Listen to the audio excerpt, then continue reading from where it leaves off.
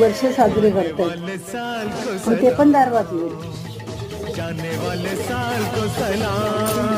काही लोकांना ना किती पण समजवा, त्यांना जसं वागायचं ना ते तसंच वागणार.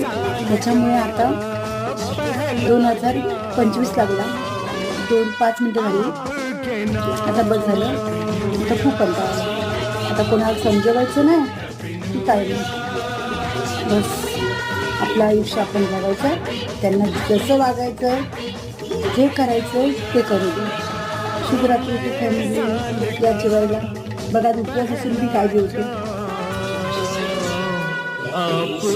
रात्रीची भाजी, रात्रीची डाळ, आताचा भात आणि सकाळची चपाती. तुझी पाहिजे तुला घे बाबू.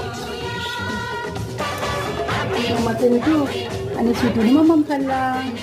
शुभरात्री टू फॅमिली.